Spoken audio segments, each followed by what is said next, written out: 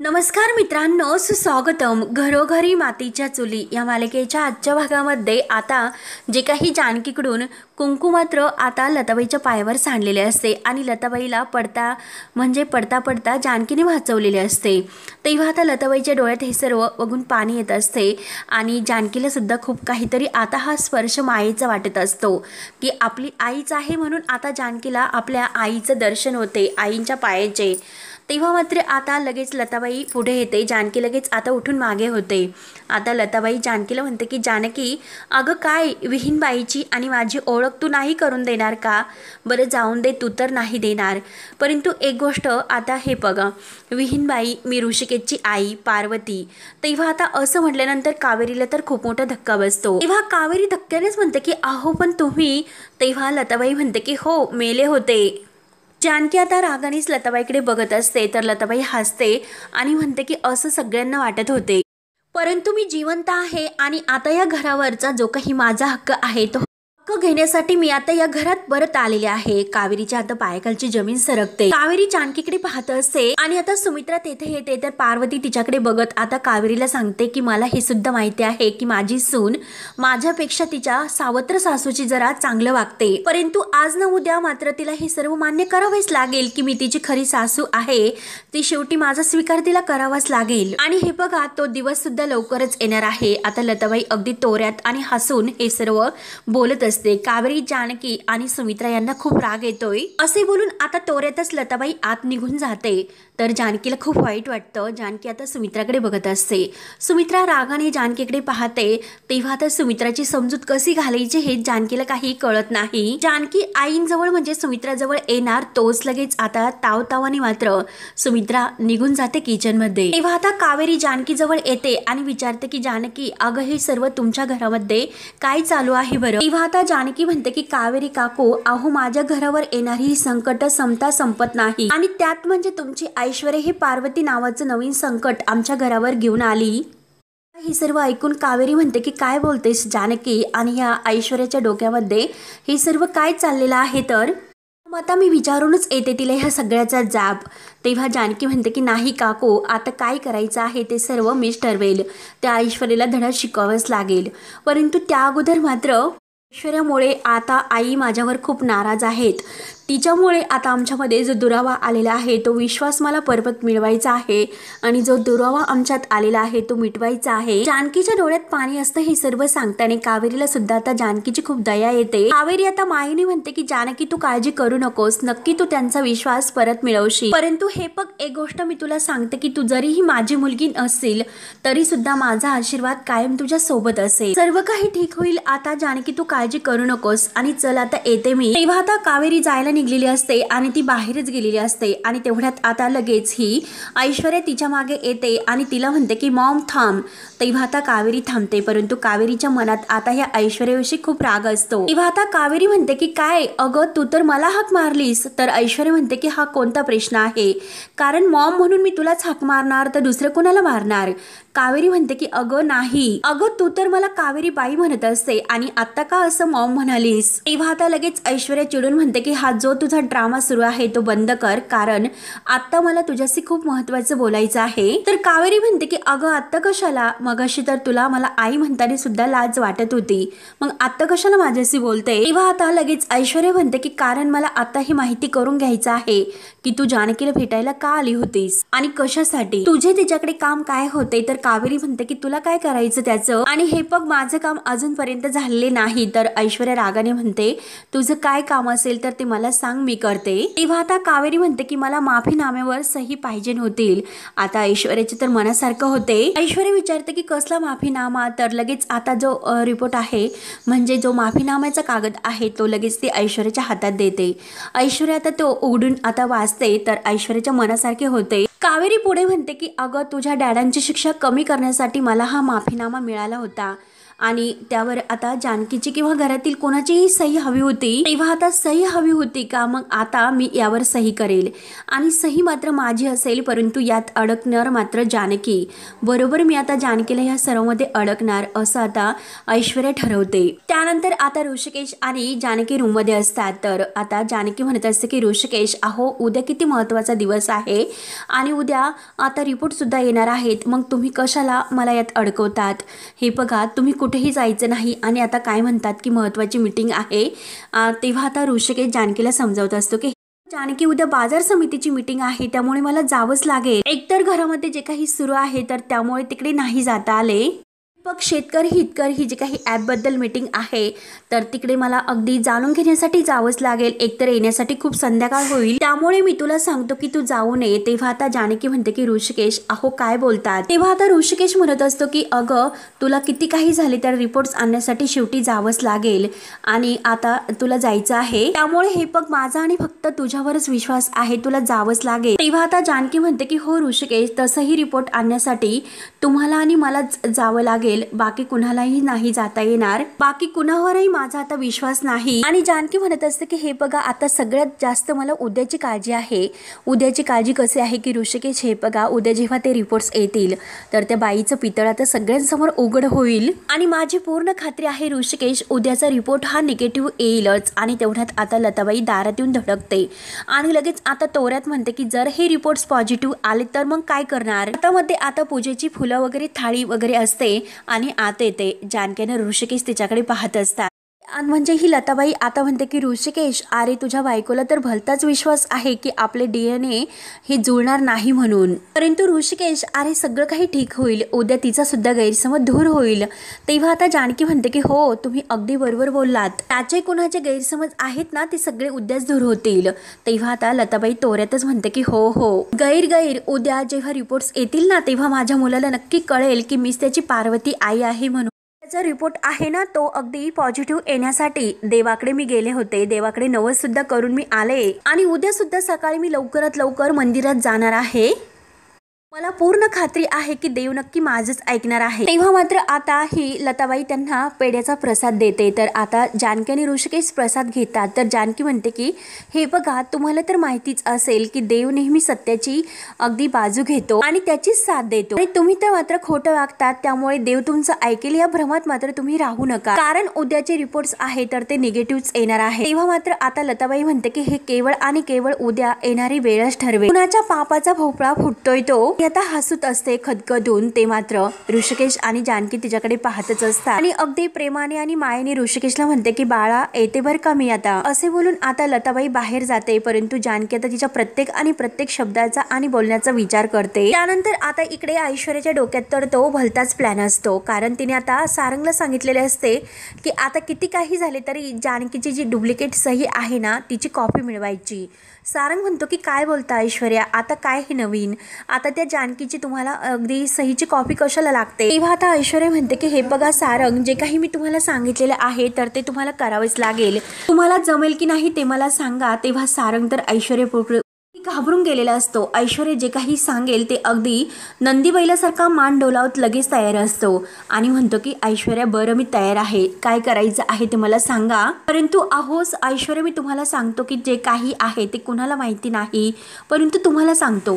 हे बघा शाळेत असताना मात्र जेव्हा मी अभ्यासात कच्चा होतो आणि त्या माझ्या मॅडम होत्या ना त्या माझ्यावर इतक्या रागवायच्या, प्रगती पुस्तकावर त्या मला शेरा मारायच्या आणि त्या मला म्हणायच्यात की जा नानांची सही घेऊन ये. तेव्हा मात्र मी नानांकडे जायचो सही घेण्यासाठी, परंतु खूप अगोदर मार खायचो. तेव्हा मात्र एकदा माझा मित्र मला असं म्हटला, अरे तू नानांकडे कशाला जातो, स्वतः तूच त्यांची सही करत जा. परंतु जेव्हा अगोदर हे त्याने मला सांगितले तर मी खूप घाबरलो होतो, परंतु नंतर मात्र मी नानांची सही करण्याचा प्रयत्न केला आणि तेव्हा मात्र मला ती सही अगदी जमली आणि तेव्हा कुठे मला अगदी स्वतःला कळले की मला सुद्धा सही करता येते म्हणून, आणि आता कायम त्यावर मी सही करायचो.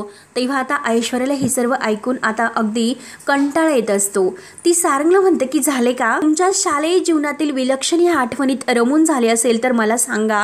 खरंच मात्र आपण आपला पुढचा प्लॅन करूया, त्याच्या गोष्टी आपण करू शकतो. तेव्हा आता सारंग म्हणतो की सॉरी झाले. तर ऐश्वर्या म्हणते की हे बघा मी जाते आणि ओवीची वही घेऊन येते, तोपर्यंत तुम्ही त्यावर जी काही जानकीची सही असेल ना ती सही बघा आणि त्यावर ती सही कॉपी करण्याचा प्रयत्न करा। तेव्हा ऐश्वर्या जायला निघते, परंतु सारंग तिच्या हाताला धरून थांबवतो आणि म्हणतो की अहो, सही कॉपी करण्यासाठी आता ओवीची वही कशाला लागते तुम्हाला, थांबा, माझं ऐकून तरी घ्या। हो, जानकी वहिनीची सही आहे तर ती माझ्या डोळ्यासमोर आहे, कारण जेव्हा अगोदर मी या घरामध्ये शेतीचं सगळं काही काम बघत होतो तेव्हा आता बिलावर आणि चेकवर 100 वेळा मी जानकी वहिनीची सही घेतली असेल, अगदी जशीच्या तशी सही माझ्या डोळ्याच्या समोर आहे, त्यामुळे हे बघा तुमच्यासाठी मात्र मी ती सही नक्की करेन। आणि ऐश्वर्या, तुम्हाला माहिती नाही, जे टॅलेंट माझ्यात लपलेलं आहे ते तुम्हाला नाही माहिती। ऐश्वर्या हे ऐकून अगदी खुश होते आणि खरंच क्या बात है सारंग, अहो हे सर्व ऐकून मला खरंच तुमचा अभिमान वाटतो। सारंग म्हणतो की खरंच, आणि हे बघा माझ्याकडे अजून बरंचसं। तेव्हा आता पुढचं ऐकून घेण्यासाठी ऐश्वर्या लगेच म्हणते की जिथे मी तुम्हाला सांगितले तेथे मात्र तुम्ही सही करून आणा। आणि आता तो कारनामा आहे तर तो कारनामा मात्र ती कपाटातून बाहेर काढते। तेव्हा ऐश्वर्या तो कारनामा काढणार तोच लगेच आता लताबाई आलेली असते आणि आता लगेच सारंग म्हणतो की कोणीतरी आले। ऐश्वर्या म्हणते की हो, नक्की कोणीतरी आले आणि लगेच मात्र आता तेथे लताबाई आलेली असते। आता लताबाई ऐश्वर्याकडे येते तर ऐश्वर्या म्हणते की अगं आई, मी तुला सांगितलं ना सारखं सारखं तू माझ्याकडे येत जाऊ नकोस, नक्की घरातील कोणाला तरी आपल्यावर संशय येईल म्हणून। तेव्हा आता लताबाईला आतमध्ये घेऊन ऐश्वर्या घाईने दरवाजा लावून घेते। तेव्हा आता सारंग आता विचारतो की लताबाई, तुम्हाला काय महत्त्वाचं बोलायचं होतं? तेव्हा लगेच आता लताबाई सांगायला सुरुवात करते की अरे आत्ताच ऋषिकेश आणि जानकीचं बोलणं मी ऐकलं। ऐश्वर्या विचारते की काय काय ऐकले? लताबाई म्हणते की ऋषिकेशला मात्र काहीतरी महत्त्वाची मीटिंग आहे, त्यामुळे ते रिपोर्ट्स आणण्यासाठी त्याला नाही जमणार आणि रिपोर्ट्स आणण्यासाठी मात्र जानकी जाणार आहे। तेव्हा आता सारंग म्हणतो की अरे बापरे, तर लताबाई म्हणते की हे बघ पोरी, लक्षात घे, आपल्याला तेथे जाऊन रिपोर्ट नाही बदलता येणार, त्या जानकीची मात्र अगदी नजर ही तुझ्यावरच असेल। तेव्हा आता ऐश्वर्या म्हणते की तू नको काळजी करू, अगं त्या जानकीच्या मात्र एक पाऊल मात्र मी कायम पुढेच आहे, आणि सगळ्यात महत्त्वाचं म्हणजे रिपोर्ट्स आणायला अगोदर घरातून तर बाहेर पडायला पाहिजे, त्या जानकीला मात्र उद्या मी घराच्या बाहेर पाऊल नाही ठेवून देणार। तेव्हा आता लताबाई विचारते की अगं पण तू कसं हे सर्व करणार आहे? तेव्हा यासाठी सुद्धा ऐश्वर्याचा एक प्लॅन असतो। त्यानंतर आता दुसऱ्या दिवशी सकाळ होते, जानकी तयार होऊन आता अगली देवघरात देवाला नमस्कार करत म्हणत असते की हे बघा देवा, जोपर्यंत तू माझ्या सोबत आहे तोपर्यंत सगळं काही चांगलं होईल, कारण तुझ्यावर माझा पूर्ण विश्वास आहे। आणि तेवढ्यात ओवी आपली एक म्हणजे एक नोटबुक घेऊन तेथे आलेली असते। तेव्हा आता जानकी देवाला हात जोडून नमस्कार करते तर ओवी जानकी जवळ येते आणि म्हणते की आई, अगं मला निबंध लिहायचा आहे, त्यामुळे तू निबंध लिहिण्यासाठी मला मदत कर। तेव्हा आता जानकी ओवीला म्हणते की अगं ओवी, मी आता पूजा करते, मी नंतर तुला निबंध लिहिण्यासाठी मदत करते। तेव्हा आता ओवी म्हणते की अगं आई, हे बघ तुझी पूजा झालेली आहे, मला हे सुद्धा माहिती आहे की तू आता देवबापाशी गप्पा करते, अगं आई तू माझ्याशी बोल ना, मला निबंध लिहिण्यासाठी मदत कर ना ग। म्हणून आता लगेच ओवी ही जानकीच्या हाताला धरते आणि तिला बाहेर घेऊन जाते। तेव्हा जानकी म्हणत असते की अगं ओवी जरा ऐकून घे, परंतु आता ओवी ऐकायला तयार नसते। जानकी म्हणते की बाळा अगं पडशील, जरा सावकाश। तर आता ओवी आणि जानकी बाहेर येतात। सुमित्रा तेथे अगदी डायनिंग टेबलवर बसून आता भाजी वगैरे आता निसत असते, परंतु डोक्यात मात्र सारखे विचार असल्यामुळे त्या कामाकडे सुद्धा सुमित्राचं काही लक्ष लागत नसते। तेव्हा आता ओवी ही जानकीच्या हाताला धरते आणि तिला तिथे सोफ्यावर बसवते आणि म्हणते की हे बघ आई, मला आता सांग बरं, आई या विषयावर निबंध लिहायचा आहे, मी कशी सुरुवात करू? आता जानकी म्हणते की अगं कमल आहे ओवी तुझी, आई हा विषयावर निबंध लिहिण्यासाठी इतका अवघड असतो का? आई या विषयावर तुला निबंध लिहायचा आहे म्हणजे मुळात तुला माझ्यावर निबंध लिहायचा आहे, तर तूच सांग बरं, मी कसं तुला माझ्याबद्दल काही सांगणार? त्यावर आता लगेच ओवी म्हणते की अगं माझी आई हा जर टॉपिक असता तर लगेच अगदी माझ्या आईवर सर्व काही निबंध लिहिला असता, परंतु मला अगदी आई या विषयावर निबंध लिहायचा आहे, मग तू सांग की मला कशी सुरुवात करू बरं? त्यावर आता जानकी म्हणते की अगं मी तुला आईबद्दल काय सांगणार, कारण मी कुठे माझ्या आईला बघितलं। तेव्हा मात्र आता जानकीला तो फोटो आठवतो जो मधुभाऊंनी तिला दिलेला असतो, पण त्यामध्ये आईचा फोटोच नसतो, फक्त आता जानकीचा फोटो असतो। परंतु ओवी मी तुला एक गोष्ट सांगू का, कारण जरीही माझ्या आईला मी बघितलेलं नसेल तरी सुद्धा माझी आई ही इतर आईसारखीच असणार। तुला माहिती आहे का, देव स्वतः येऊ शकत नाही म्हणून तो आईला पाठवतो। आणि तेवढ्यात लताबाई सुद्धा आता बाहेर आलेली असते। सुमित्रा तर ऐकतच असते, पण लताबाईच्या कानावर सुद्धा आता जानकीचे हे आई विषयीचे बोलणे पडते। जानकी म्हणते की आईमध्ये प्रेम, माया, ममता, बळ हे सगळं काही भरून पाठवते। आई हे एक रसायनच वेगळं आहे, आपल्या पायाखालचं वादळ सुद्धा तिला जाणवत नाही, परंतु आपल्या लेकरापर्यंत आलेली फुंकर सुद्धा तिला कळते। कितीही मोठं संकट संकट येऊन दे, कितीही मोठं वादळ येऊन दे, परंतु ती अशी मुळूमुळू रडत नाही बसत. आता लताबाई सुद्धा जानकीचं आईविषयी हे ऐकत असते आणि सुमित्राचे डोळे तर भरूनच येतात. आणि लताबाईचे सुद्धा. जानकी पुढे म्हणते की जर आपल्या मुलाने एखादं यश मिळवलं, त्याला जर काही जीवनामध्ये अगदी छान असं काही घडले, तर आपल्या आईच्या डोळ्यामध्ये चटकन आनंद अश्रू येतात. आपल्या मुलावर कोणतंही संकट आलं तर ते संकट परतून लावण्याची शक्ती आईमध्ये असते. आई होणं हे सोपं नसतं. आई आपल्या पोटामध्ये तिच्या बाळाला 9 महिने वाढवत असते. असंख्य कळा आणि वेदना सहन करून शेवटी ती आपल्या मुलाला जन्म देते. मूल जन्माला आल्यानंतर त्याला वाढवण्यासाठी ती खस्ता खात असते. दिवस रात्र एक करते. दिवस रात्र त्या बाळाच्या उशाशी बसून त्या बाळाला कोणताही त्रास व्हायला नकोय यासाठी ती पूर्ण प्रयत्न करत असते. त्याला छान झोप लागावी म्हणून प्रेमाचं पांघरून आई त्याच्यावर घालत असते. आपलं बाळ हे उपाशी राहू नये म्हणून ती स्वतःची तहान भूक सगळं काही विसरते. आईसारखं दुसरं कोणीच असू शकत नाही. आणि ओवी हे बघ, आईचं जग तिच्या बाळात असते. तिचं संपूर्ण विश्व तिच्या लेकरात सामावलेलं असतं. तुला माहिती आहे का ओवी, तिचा सगळा काही आनंद हा तिच्या मुलात असतो, तिच्या बाळात असतो. आपल्या लेकराला ती कुशीत घेण्याचा काहीतरी आनंद अगदी मायेने तिचा वेगळाच असतो. आणि आता ती ओवीचा छान एक गोड पापा घेते आणि ओवीला म्हणते की तुला एक गंमत सांगते. अगं, जे बाळ आईच्या कुशीत वाढते, आईच्या मांडीवर झोपते आणि कितीही आईचा हात धरून दुडदुडू चालते ना, ते बाळ कितीही मोठं झालं तरी आपल्या आईसाठी ते लहानच असतं. कितीही उंच झालं तरी सुद्धा आईला असं मान वर करून त्याला बघावं लागतं. ते प्रत्यक्षात कायम आईसाठी लहानच असते. तिच्यासाठी ते तिचं बाळ असतं. तेव्हा मात्र आता ही सर्व बोलणे ऐकत असताना मात्र जानकीचे डोळे सुद्धा पाणवले जातात आणि लताबाई आणि सुमित्रा दोघी सुद्धा आता हे सर्व अगदी रडूनच ऐकत असतात. आणि तेवढ्यात ऋषिकेश सुमित्रा जवळ येतो आणि सुमित्राच्या खांद्यावर तो हात ठेवतो. तेव्हा ऋषिकेशला बघून आता सुमित्राला खूप आनंद होतो. अगदी प्रेमाने मात्र हसून ती तिच्या चेहऱ्यावर हात फिरवते. परंतु हा मात्र सुमित्राचा भास असतो. ऋषिकेश काही आलेला नसतो. आणि लताबाईला सुद्धा आपले ऐश्वर्या आपल्या जवळ आली. ती सुद्धा तिच्या चेहऱ्यावरून अगदी प्रेमाचा हात फिरवत तिचा एक गोड पापा कपाळाचा घेते. असा आता लताबाईला सुद्धा भास होतो. जानकीचे डोळे आता हे भरून येत असतात. तर ओवी आता आईच्या डोळ्यातील पाणी पुसते आणि प्रेमाने आई असं म्हणून तिला हाक मारते. ओवी म्हणते की आई, खरंच किती छान बोललीस ग तू. आणि आता ओवी ही आईचा गोड पापा घेते. तर सुमित्रा उठते आणि आत निघून जाते. जानकीचे सगळं काही लक्षातच सुमित्रावर असते. लताबाई आता सुमित्राकडेच बघत असते. सुमित्रा आत येते आणि दरवाजा लावून घेते. लताबाई आता जानकी जवळ येते आणि जानकीला म्हणते की खरंच जानकी, तू किती छान बोललीस ग. ओवीच्या चेहऱ्यावरून आता प्रेमाचा हात फिरवते. तेव्हा आता लताबाई जानकीला म्हणते की अगं पण जानकी, तू एका आईला तिच्या मुलापासून तोडते. तेव्हा आता जानकी म्हणते की एका आईला तिचं आई पण सिद्ध करण्याची गरज नसते. वेळ आज तुमच्यावर आलेली आहे, त्यामुळे खरं काय आणि खोटं काय हे लवकरच सगळ्यांच्या समोर येईलच. असे बोलून आता जानकी ही सुमित्राची जी काही भाजी निवडायची राहिलेली आहे तर तेथे ती भाजी निसायला येते आणि आता डोळ्यामध्ये पाणी आणत ती आता ते काम करत असते. तर लताबाई बारकाईने तिच्याकडे पाहतच असते. तेव्हा आता लताबाई सुद्धा आत गेलेली असते आणि जानकी मात्र अगदी रडतच हे सर्व करत असते. कारण सुमित्राचा जो काही दुरावेपणा आहे तो जानकीला सहन होत नसतो. तेव्हा आता सुमित्रा ही आता आतमध्ये दरवाजा लावून बसलेली असते. तर तेथे ऐश्वर्या आणि सारंग येतात, दरवाजा वाजवतात. सुमित्राला असं वाटतं की नक्की जानकी आहे म्हणून ती अगदी मोठ्या आवाजात म्हणते की जानकी, मला तुझ्याशी एकही शब्द बोलायचा नाही, तू जा इथून. तेव्हा ऐश्वर्या म्हणते की मी आहे ऐश्वर्या. तेव्हा मात्र आता सुमित्रा दरवाजा उघडते. तर ऐश्वर्या म्हणते की मी आहे ऐश्वर्या. तेव्हा मात्र आता लगेच मला असं वाटलं होतं की ती जानकी आहे म्हणून. तेव्हा सारंग म्हणतो की आई, अगं ती कशाला येईल आता.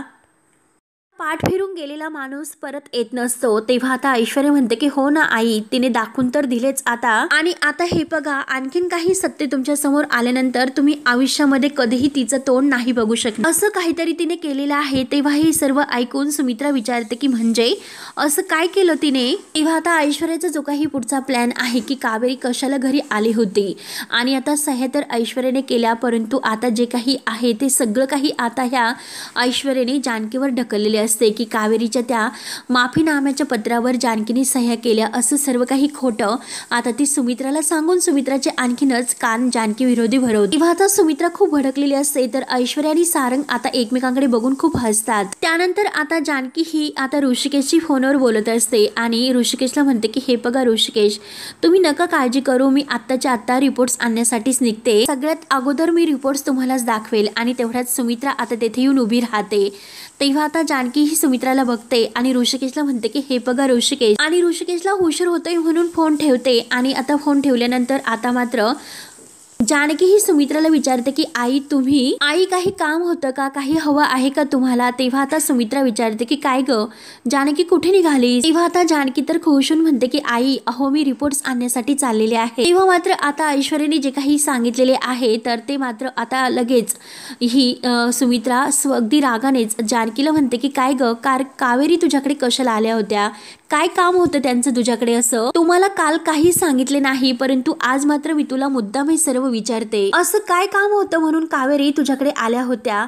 तेव्हा मात्र आता जानकीला ते सर्व काही आठवते, कारण जानकी आता तो विचार करते की कावेरी काकू काय म्हटल्या की माफीनाम्यावर सही हवी होती. हे सर्व काही दृश्य आता जानकीच्या डोळ्यासमोर येते. काकू म्हटलेले असतात की तुमच्या रणदिव्यांच्या घरातील कोणी जरी या माफीनाम्यावर सही केली तर आता सयाजीरावांची शिक्षा थोडीशी कमी होईल. तेव्हा आता जानकी आता शांत असते आणि सुमित्राचं सगळं काही बोलणं ऐकून घेते. तेव्हा आता जानकी मुद्दाम आईंना म्हणते की हे बघा आई, ते काही इतकं महत्वाचं नव्हतं, म्हणूनच मी तुम्हाला हे सर्व नाही सांगितले. तेव्हा आता सुमित्राला राग येतो. सुमित्रा म्हणते की म्हणजे आता या घरामध्ये काय महत्वाचं आहे आणि काय महत्वाचं नाही, काही निर्णय आता तूच घेणार आहे का? तेव्हा मात्र आता जी जानकी आहे, जानकीला आता सुमित्राचं हे बोलणं ऐकून धक्का बसलेला असतो. जानकी म्हणते की हे बघा आई तुम्ही असं का बोलतात? माझं काही चुकलं असेल तर मला सांगा. तेव्हा आता सुमित्राला भलताच राग येतो. सुमित्रा म्हणते की अगं लाज कशी वाटत नाही तुला हा प्रश्न विचारताना? काल मात्र कावेरी ताई माफीनामा घेऊन येथे आल्या होता की सयाजीरावांची शिक्षा कमी होण्यासाठी, म्हणून त्यांना ह्या माफीनाम्यावर सही हवी होती. शेवटी तू त्याच्यावर सही केलीस, करून मात्र तू काय केलंस? अगं तुला हे नाही आठवत का सयाजीरावांनी नानांना किती त्रास दिला होता, त्यांना किती छळलं होतं, मला मनस्ताप दिला होता आणि ऐश्वर्या त्यांची मुलगी माझी सून आपल्या वडिलांना विरुद्ध कोर्टामध्ये रडली केवळ आता आपल्यासाठी ऐश्वर्याने आता तिच्या वडिलांशी सुद्धा संघर्ष पत्करला. तिच्या वडिलांच्या विरुद्ध तिने साक्ष सुद्धा दिली आणि तू काय केलंस? मला त्रास देण्यासाठी शेवटी तू ह्या माफीनाम्यावर सही केलीस. आता ऐश्वर्याने सही मात्र केलेली असते आणि त्याचे सगळे काही आरोप मात्र जानकीवर ढकललेले असतात. जानकीला आता हे सर्व ऐकून धक्का बसलेला असतो. जानकीने सही केलेली नसती तरी सुद्धा आता यावर सही कोणी केली असेल म्हणून जानकीला खूप टेन्शन येते. तर मित्रांनो शेवटी हा भाग येथे संपतो. पुढील भागामध्ये मात्र आता सुमित्राला खूप राग आलेला असतो. रागाच्या भरात आता सुमित्राने दरवाजा लावून घेतलेला असतो. जानकी आता दरवाजा वाजवत सुमित्राला म्हणत असते की हे बघा आई, तुम्ही खूप मोठा गैरसमज करून घेतला, कारण सुमित्राने आता ऐश्वर्या आणि सारंगने जे काही सांगितलेले असतात, कारण रिपोर्ट्स आणून देण्यासाठी जानकीला आता घरामध्ये कोंडून ठेवायचं. आता म्हणूनच सुमित्रा रागाने दरवाजा लावून घेते, जानकीला आतमध्ये कोंडते. तर आता जानकी विचारत असते की आई तुम्ही का दरवाजा लावून घेतला, का मला रूममध्ये कोंडले? तेव्हा आता ऐश्वर्या आणि सारंग तर खूपच हसत असतात. शेवटी त्यांचा प्लॅन त्यांनी सक्सेस केलेलाच असतो की जानकीला रिपोर्ट्स आणून द्यायचे नसतात. जानकी खूप विनवण्या करते की आई दरवाजा उघडा, मला रिपोर्ट्स आणण्यासाठी जायचं आहे. सुमित्रा म्हणते की मी दरवाजा नाही उघडणार आणि तू सुद्धा रिपोर्ट्स आणायला नाही जाणार. रिपोर्ट्स मात्र आता ऐश्वर्या आणि सारंग हे दोघे आणतील. म्हणून आता सारंग आणि ऐश्वर्या ते रिपोर्ट्स घेण्यासाठी आता लॅबमध्ये येतात. शेवटी त्यांच्या हातात ते रिपोर्ट्स दिले जातात आणि आता हे रिपोर्ट सुद्धा आणि सारंगच्या हातात पडणार तोच जानकी तेथे येते आणि ऐश्वर्याच्या अगोदर जानकीच मात्र हे रिपोर्ट्स आपल्या हातात घेते. तर ऐश्वर्या आता म्हणते की अगं तू येथे आलीच कशी? तेव्हा जानकी म्हणते की तुझा खेळ मात्र संपला ऐश्वर्या, आता मात्र तुला कोणीच वाचू शकणार नाही. तेव्हा मित्रांनो आता पुढे काय होतं हे पाहण्यासाठी आपल्या चॅनलला नक्की सबस्क्राईब करत राहा. धन्यवाद.